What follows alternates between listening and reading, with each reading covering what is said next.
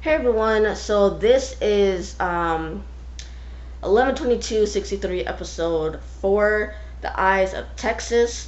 And so basically the episode starts off on March 25th, 1963, with Oswald trying to put together, under a certain amount of time, a gun, or his rifle. He then finishes, but tries to make it, take it apart again, under the same, I guess, same amount of time. But then as he's doing this, his daughter cries, and Marina doesn't seem to be picking her up or anything. Um, and so he goes outside a while later, or he goes to, first he goes to, take care of his daughter June, that's her name. And but then he goes outside with, where Marina and the Shield are, and poses for a picture. And Jake watches this as it happens, holding up a picture from the future, um, that Al gave him and everything.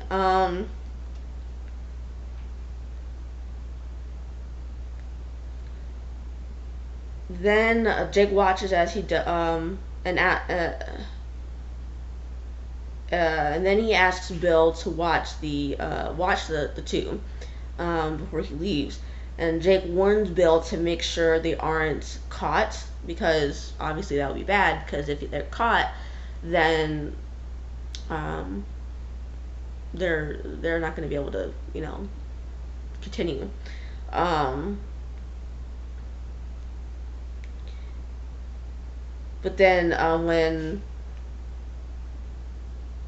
Jake leaves, Bill watches Marina, and as she is about to go upstairs to her apartment, because well, they're also, I want to point out, they're also now living underneath Oswald and Marina. So yeah, so as Marina goes up to the top apartment, they wave to one another. She sees Bill and they wave to one another. Then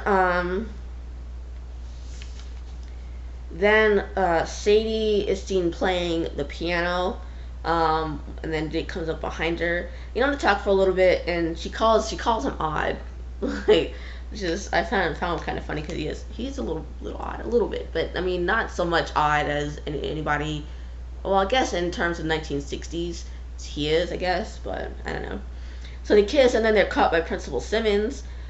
Jake and Simmons then leave to go talk with one another, and they talk of Simmons talks of acting properly, in public, and gives Jake a card for an inn/hotel. And then someone, as you see Jake go to his car, someone is clearly watching him. Who it is, you don't know, because you're looking at Jake in the as the person, not watching the person watch Jake. So you don't really know who's watching him at this point. Um, then Jake goes back to Bill and asks, Bill has Jake listen to something Oswald said, and pretty much Oswald is saying is, he will he has, like, he's going to do something, and he has to do something. Basically, he doesn't really explicitly state what he says that he's going to do. Then Bill asks what they should do, and Jake says Bill will follow Lee and Jake will follow George. But Bill doesn't really want to follow Oswald, because apparently Oswald is too boring and predictable and shit. And Jake's like, well, that'd be perfect. You don't have much to do or anything. Um, so they argue about that for a minute before Miss Mimi knocks on the front door. Then she comes in, and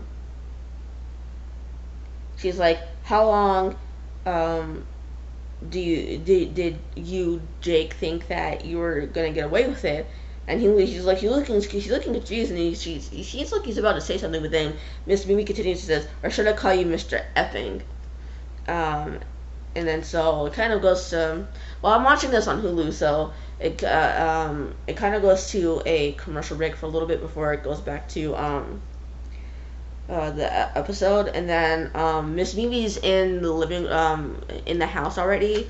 Bill's gives her a glass of water, and then once they all kind of sit down and everything, Miss Mimi's like, well, Bill, can you give me and Jake some privacy, because what I'm gonna talk to Jake about really is none of your business. So please get out, basically. So he does, and Jake asks how she found him in Dallas, and she says it wasn't that hard to do since they never received his immunization records, because when she says this, I'm just thinking like she's a little sleuth, isn't she? And basically the reason why she knows is because of the immunization records that were not sent to school, and even though the school board requires them for new teachers, and his doesn't exist, basically. She then went on to investigate his degree, and it was issued, what she refers to, and a lot of other people refer to as a mill.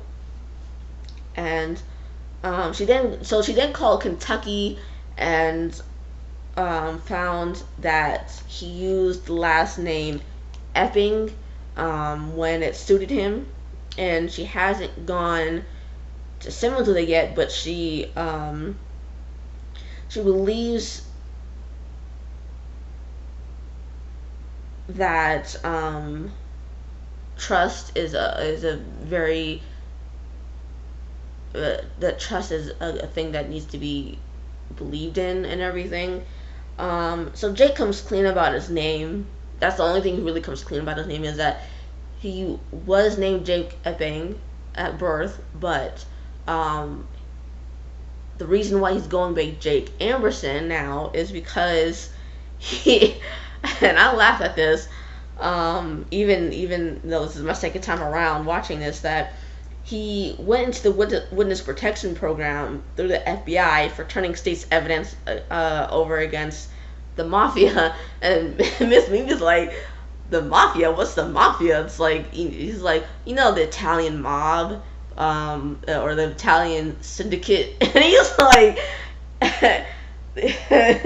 I love his attempt at trying to make it look like he's not lying, but it's clear that his ass is lying.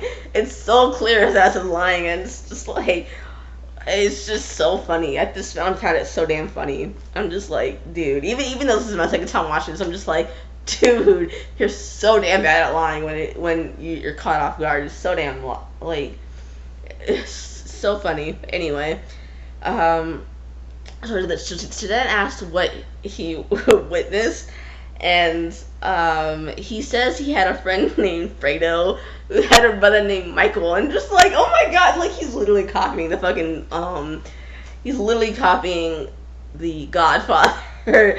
I don't know which Godfather it is. I mean, I've seen the first one, but I mean, I know there's three movies in the whole thing, and I'm pretty sure I've seen the third one, but I don't really remember which one it, like, if he's referencing a specific movie of the trilogy, but I'm just like, you're really channeling your since I mean, he's really going like all out with this lie. He's going all the way with this lie,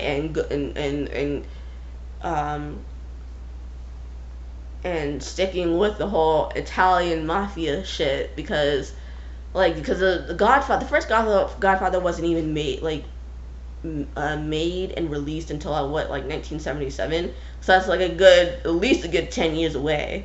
I think it was sometime between 74 and 77, I think, or 74 and 79. I don't remember what the date is, but it was definitely in the 70s when that movie came out. So he has at least a solid decade before they know what the fuck, that he was fucking lying. But yeah, I'm like, when he commits to a lie, he commits to it and goes all the fucking way. Like, I'm just sitting here cracking the fuck up because his ass is so committed to it, and it's just like, anyway. So she then vows pretty much to not reveal his secret. And before she leaves, she just tell it. She suggests he tell Sadie, because if Miss Mimi could find out about this information, anyone can. So Jake's like, okay, fine, I'll tell her. Jake then puts a note in Sadie's inner office mail at school with the card for the inn saying he needs to tell her something. And so she goes there that night with Sam Cooke playing. Only reason why I know it's Sam Cooke because I had the subtitles on, or the captions on, and the only reason why I had the captions on was because when Miss Mimi said the line that what they call a mill, I didn't know if she actually said the word mill or if she was saying some other word because of the accent kind of twisting how she said something. So that's why I had the captions on. So that's the only reason why I know that Sam Cooke was playing. But anyway, that's besides the point. And then Jake comes in and they start dancing and or slow dancing and everything. And he claims he doesn't want to go too fast because people can talk. And then he says that he just wants to get to know her better. Like, what's her middle name? And she reveals that it's Laurel, and he reveals that his middle name is George. And then they have sex, even though he claimed that he didn't want to go too fast. I'm just like, didn't you just say 2 seconds earlier that you didn't want to go too fast? And now here you are having sex with somebody. After claiming that one, yeah. So anyway, back in Dallas, Bill stops Marina before she can go back upstairs with her clothes to give her the doll that her daughter plays with, that apparently her daughter misplaced. And it's clear at this point that this dude is in love with this chick. And I'm just like, I'm just like, dude, this is not gonna end well for you if you keep doing this. Like, really, it's not gonna end well if you continue to not bottle up your feelings. Then after Sadie and Jake have sex, in the next scene, she asks why he never tells stories about his life, and so they talk a little bit about that before Jake notices an envelope on the floor in the room, but he goes up and he asks her, like, before he opens it, he asks her if she noticed that envelope before going into the room, and she's like, well, no, I don't remember that.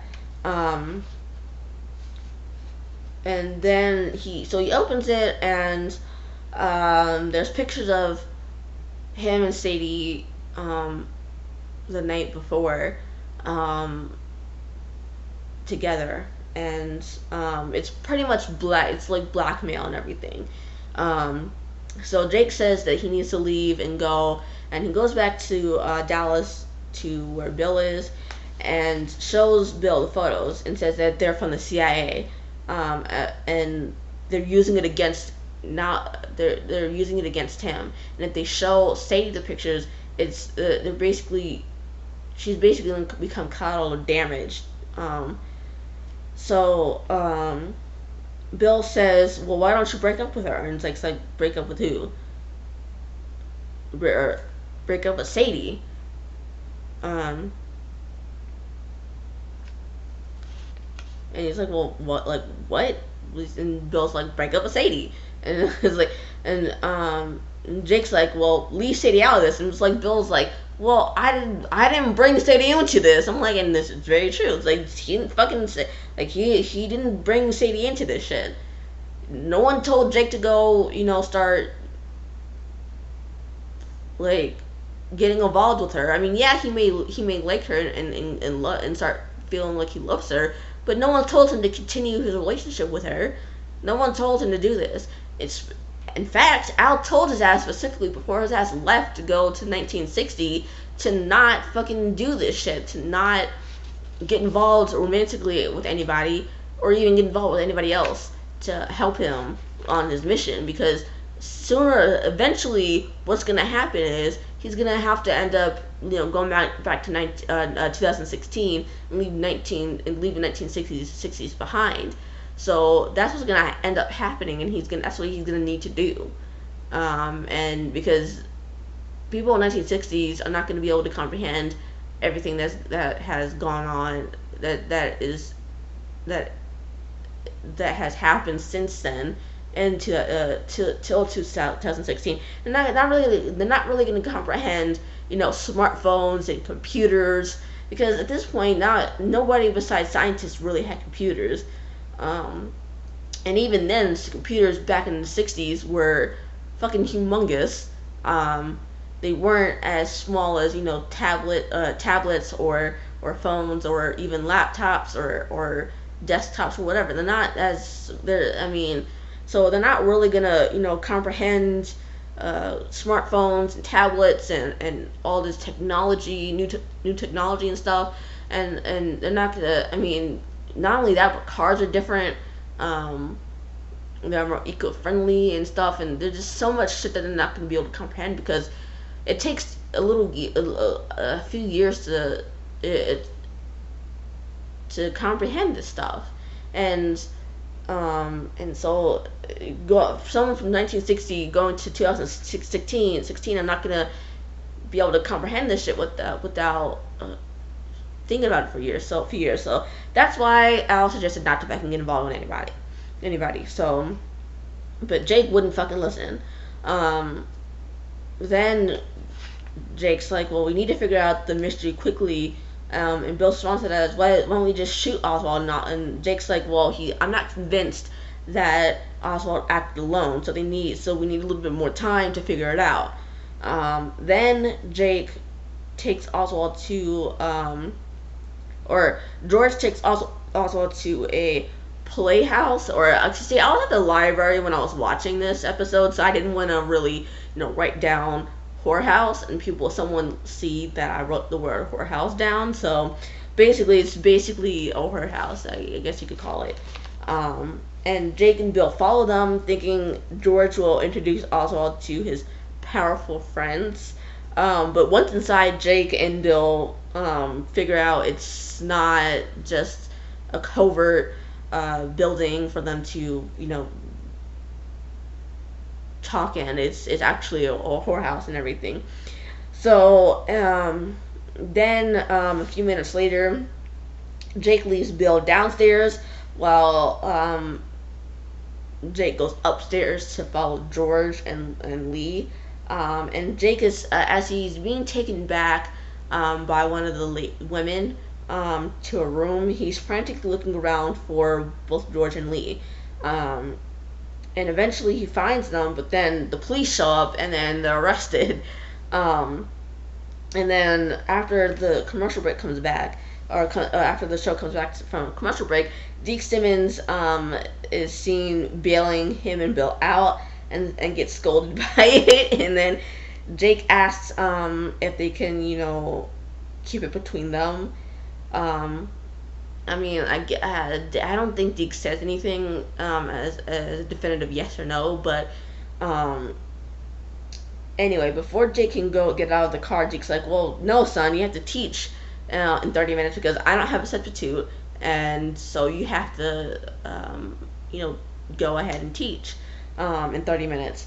And Jake's like, well, I'm in messy clothes. It's like, well, and Deke's like, well, that's not my problem. That's not my problem. You're the one who got arrested for being in a whorehouse, not me. So that's not my issue. I'm gonna teach you. You reap what you sow. Basically, that's what he says. When it gets to the main office, well, as they go into the main office in the school, Jake is getting looks and stares from people, faculty and students alike. And then when they get to the main office, Deke goes to his office and tries to talk to Miss Mimi, but she then starts having a coughing fit, and Deke obviously looks concerned about it, more so than he should be concerned about it, seeing as how this is the 1960s, and civil rights acts weren't really passed until like what, later that year, or 1964. So they have about 6 months to a year, or 3 months to a year, until the Civil Rights Acts were put into place. So but even then, even after the Civil Rights Acts were, like, pushed through, um, white men really weren't expected to, or accepted to help out black women, um, or take concern with black women, and this is more so even before the Civil Rights Acts and stuff. So Jake notices their, like, kind of loving exchange before Miss Mimi sees him watching, and then Miss Mimi comes out from Deke's office, and she's like, can you get me a tie and belt, Miss Mimi? And so as she does that, Jake notices Sadie talking to a man in a classroom across the hall, or just a room across the hall from the main office. And so he asks Miss Mimi who Sadie is talking to, and she's like, that's Mr. Clayton. And it's pretty clear that it's her ex. And Miss Mimi's like, and Jake's like, well, what's he doing here? It's like, well, that's not even concern, Jake. So go about your business. And then Miss Mimi can only give him a belt and not a tie. So anyway, before Jake starts goes to his classroom to teach, he goes to the parking lot to talk to Sadie, and she reveals that her husband won't give her the divorce, and he found out where Sadie lives via her mother. She also reveals that on their wedding night, he put her hand on himself, on his penis and everything, causing her to scream because what he had on his penis was a clothespin. And not knowing what to really say to that after she screams, she just starts laughing. And then he hits her because of it, because of her laugh, and because he doesn't really want her to laugh at him. And so she then starts crying because of him hitting her, and so she then gets hit again because she's crying. Then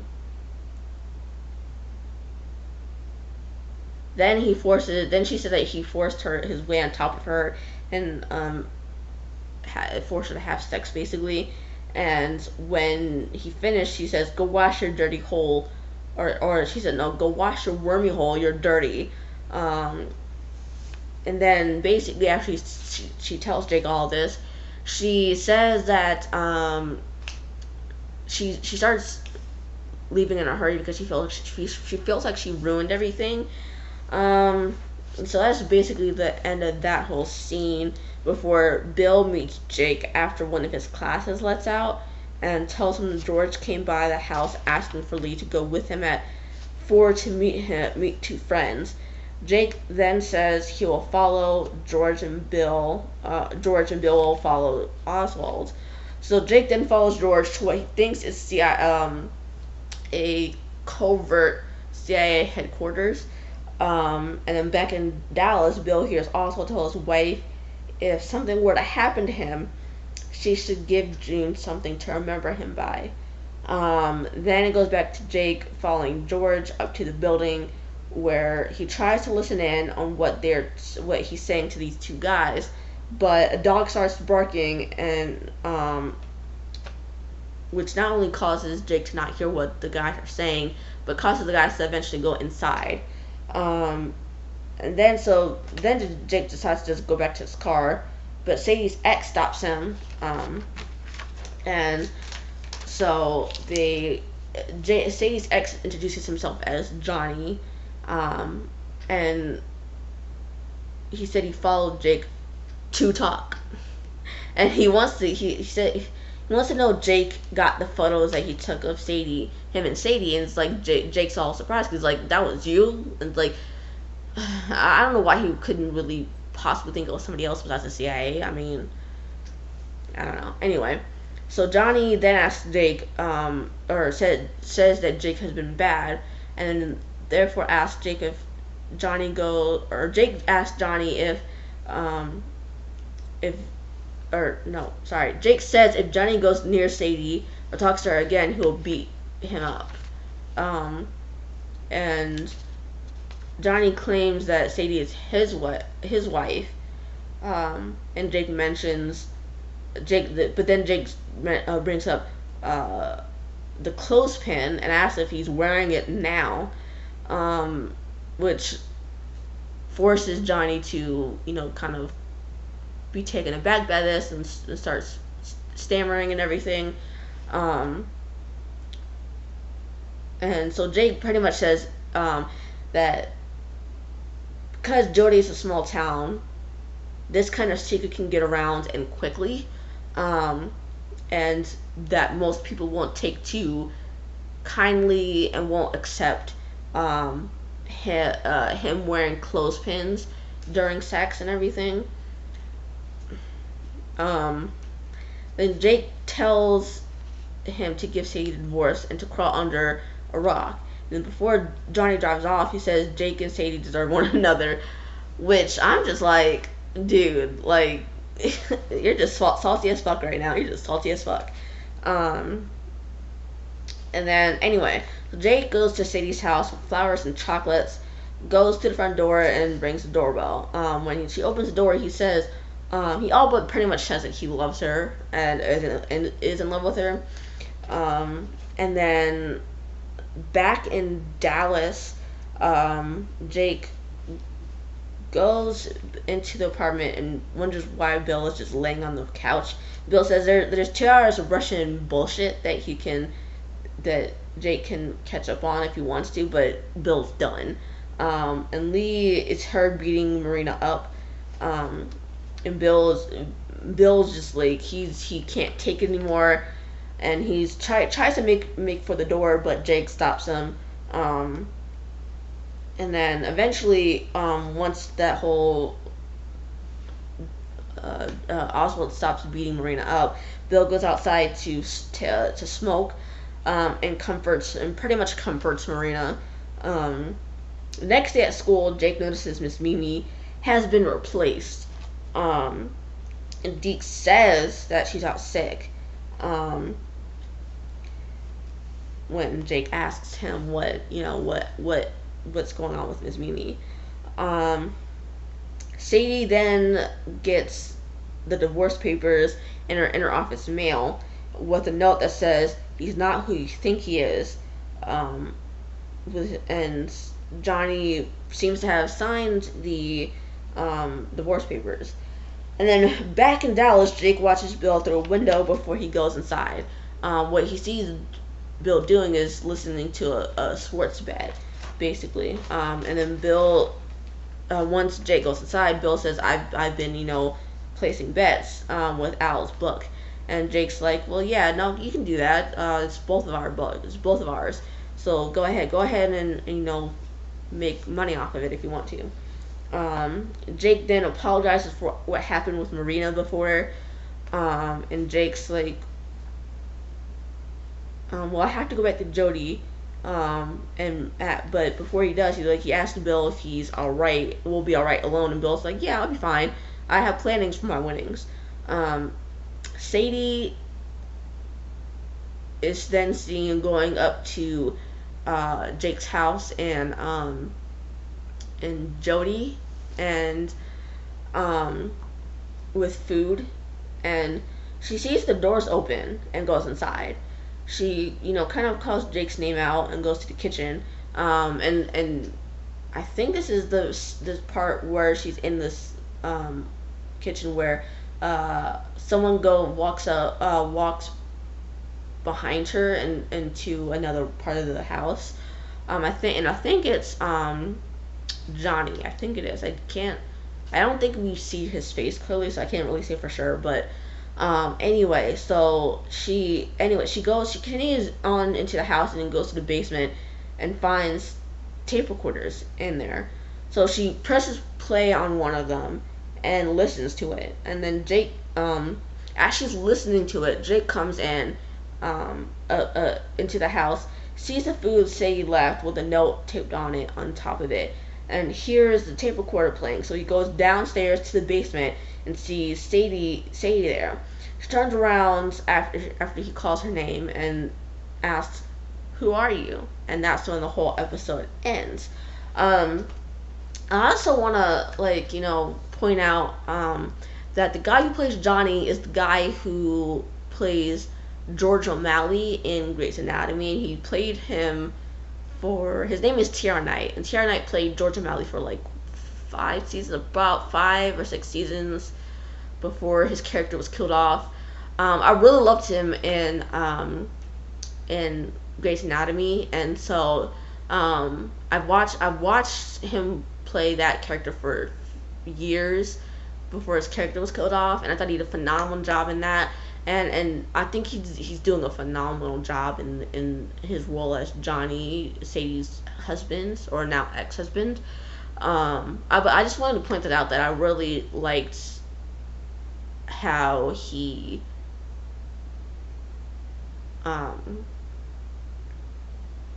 how he is able to go from playing someone as George O'Malley on Grey's Anatomy, because if anybody who's watched Grey's Anatomy, who watches my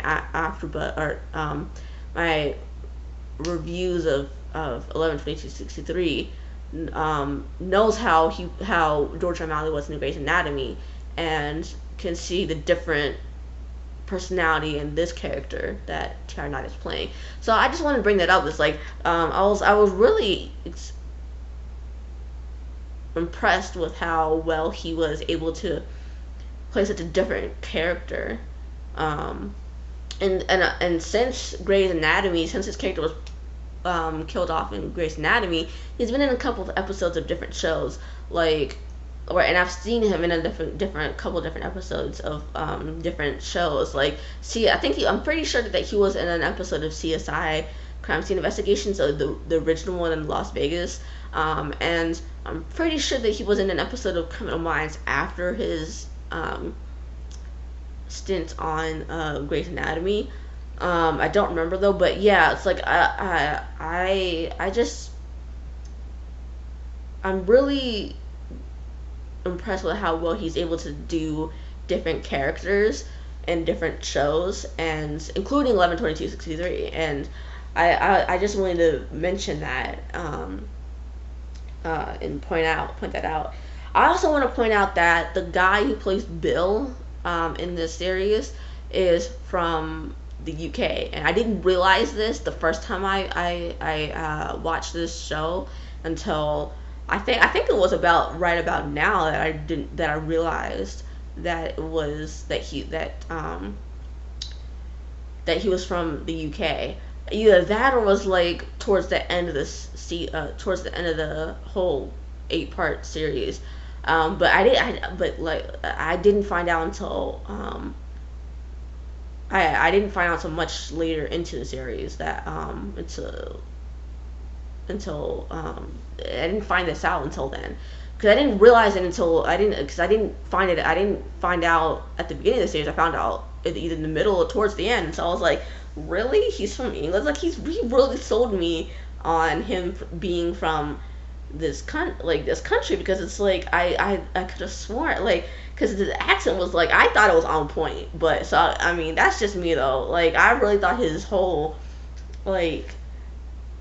accent was on point, and I wouldn't have picked him for being from a different country, let alone an English speaking country. So I thought he was from America. Personally, that was just me. But anyway, yeah, I don't know. I mean, there was just so much in this episode that was just like, made me think, like, come on, Jake. Like, when Jake takes 2 steps forward, he takes like 10 steps back, and it's just like, I'm just like, while watching this whole series again, I'm just like, Jake, like, get it together, like, wait, because like I said, you take 2 steps forward, then wind up taking 10 steps back because of your lack of thinking and common sense and shit. And I'm just like, get it together, boy, get it together. But with that whole thing, as per usual, I'm not gonna make any predictions because I've seen this before, and I don't want to spoil anything for you guys if I make a prediction or anything. So comment below, because I'd love to discuss it with you guys. And like if you like this video, and then hit subscribe if you want to get notifications for any new videos that I put up, whether it's 11/22/63, Catfish, Marco Polo, or any of the future episodes or future shows that I will recap. With that, I will see you guys later. Bye.